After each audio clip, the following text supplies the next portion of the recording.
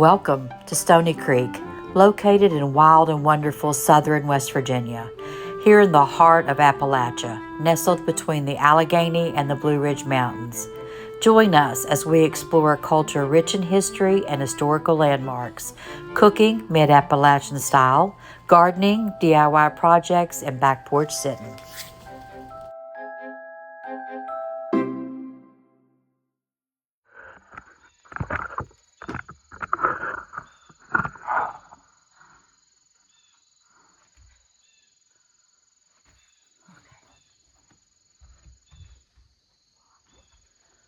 Okay, I thought before I went to work this evening we might get chapter 3 of Mary Jane's War read.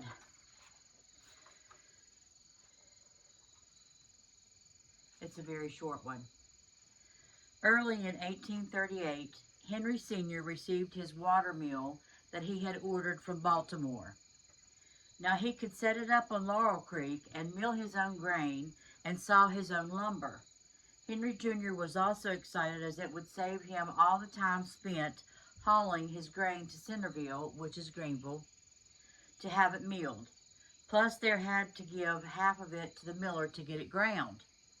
Henry Jr. never did buy a slave, so he was always looking for ways to save labor on the farm.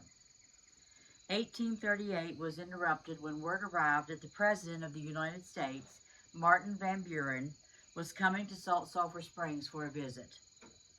It seems that our Senator Birney from Monroe County was a friend of the President and that he had invited him to get away from the political heat of the recession and those awful summers in Washington, D.C. by taking a tour of the springs, and after a visit to Warm Springs, White Sulphur Springs, and a night at Sweet Springs, he was coming to Sulphur Springs. People were expecting an armed guard or an escort of cabinet officials, but none were in attendance. He arrived in a plain carriage wagon, escorted only by a driver, followed by some locals who followed him from Union. His arrival was very common compared to the high-style arrivals of the Southern guests. Senator Birney and Mr. Erskine, the manager, greeted him at the resort. After 2 days at the hotel, his reception was cooled by politics. It seemed that the northern states wanted tariffs on goods coming from Europe, as they would protect their industries from being underpriced, while the South wanted free trade with Europe, as they had to import their manufactured goods. President Van Buren's wing of the Democratic Party was more interested in maintaining the protection for the northern manufacturers. So after a couple of days, he decided that he would rather talk with the local people this coming Saturday afternoon. He selected the very porch on the store where Mr. Selden sits, so people could see him mixing with the common folks. Well, the word spread to Lillydale, and everyone came early that Saturday morning. President Van Buren, a widower, was a rather short, plump man, banded with heavy mutton chop sideburns. His New York accent was certainly odd compared to the slow, soft-spoken people of Salt. He was introduced to the crowd as having been a senator from New York, Secretary of State, and a vice president under the most popular Andrew Jackson. Henry Sr. was most proud the president was a fellow New Yorker. In the introduction, Senator Oliver Birney mentioned that the president was born in Old Kinderbrook, New York, and his supporters formed the OK Club and began using the OK to assure everyone that with President Van Buren, everything would be okay with America. The kids picked up that right away and used okay to mean all right. It wasn't long after that that kids were dismissed from the supper table and sent home from school for saying okay to their parents or school teacher.